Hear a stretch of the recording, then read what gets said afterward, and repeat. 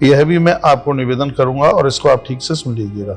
हमारे हिंदू धर्म में कई व्रत और त्योहार होते हैं। उनमें श्रावण शुक्ल पक्ष तृतीया, जिसको हरतालिका तीज या हरियाली तीज के नाम से जाना जाता है, यह विशेष त्योहारों में से एक है। सुख समृद्धि का वास हो, इसके लिए इस व्रत को किया जाता है। वैवाहिक जीवन की समस्याओं को दूर करने के लिए भी इस व्रत को किया जाता है। माताएं बहनें अपने पति की लंबी आयु के लिए इस तिथि में व्रत करती हैं, उपवास करती हैं। इसका भारी महत्व है। हरियाली तीज के दिन भगवान शिव और शिवा का मिलन हुआ है, जिस समय माता पार्वती जगदम्बा ने बहुत लंबे समय के लिए तप किया। शिव महापुराण में कथा में आता है तो भगवान शंकर जी ने उनको दर्शन दिए थे इस हरियाली तीज में। तो उसी प्रसन्नता में आज भी यह त्योहार किया जाता है।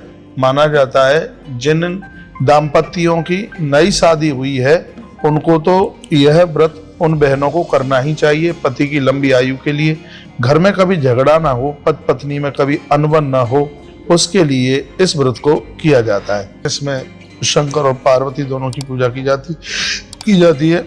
माताएं माँ भगवती को कुछ श्रृंगार का सामान भी चढ़ाती हैं। हरियाली तीज का व्रत करते समय बस किसी पर क्रोध ना कीजिएगा, घर में झगड़ा ना कीजिएगा, नकारात्मक बातें ना सोचें, किसी का अपमान ना करें, तो हरियाली तीज आपके लिए बहुत ज़्यादा लाभदायक हो जाएगी।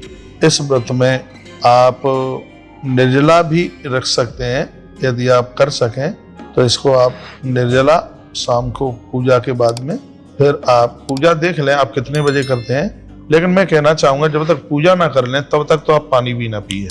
और नहीं तो ऐसा भी विधान है कि रात्रि को, शाम को जब तक सूर्य अस्त ना हो जाए तब तक जल न पिए। बहुत क्षेत्रों में, इलाकों में तो लोग इसके बारे में जानते भी नहीं है, लेकिन अपने क्षेत्र में उत्तर भारत में इसकी बहुत ज़्यादा जानकारी है। और इस दिन बहनें अपना झूला भी डालती हैं, झूला झूलना भी शुरू करती हैं। भगवान बांके बिहारी को भी झूला झुलाया जाता है, अपने भगवान को झूला झुलाया जाता है। यदि भाव के साथ में, श्रद्धा के साथ में यह व्रत किया जावे तो घर के कलह, घर के झगड़ों को ये बिल्कुल समाप्त कर देता है। इसलिए बहनों को चाहिए कि वह इस हरियाली तीज का व्रत आप जरूर करें। हरियाली तीज में एक आध पेड़ भी लगाइए, ये भी बहुत ज़्यादा शुभ है। गौ माता का वंदन पूजन कीजिए।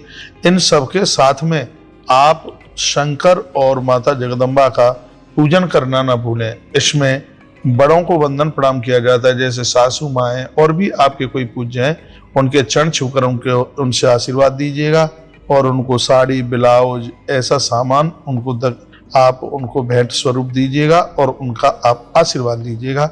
इस तरीके से, इस ढंग से हरियाली तीज का यह व्रत किया जाता है। हमें विश्वास है कि बातें आपको बिल्कुल समझ में आई होंगी। सुहागिन माताएं बड़ी श्रद्धा पूर्वक भगवान शंकर और पार्वती की पूजा करती हैं, व्रत करती हैं और पति के लिए वह इस व्रत को रखती हैं। मैंने आपको मुहूर्त भी बता दिया और इस कथा की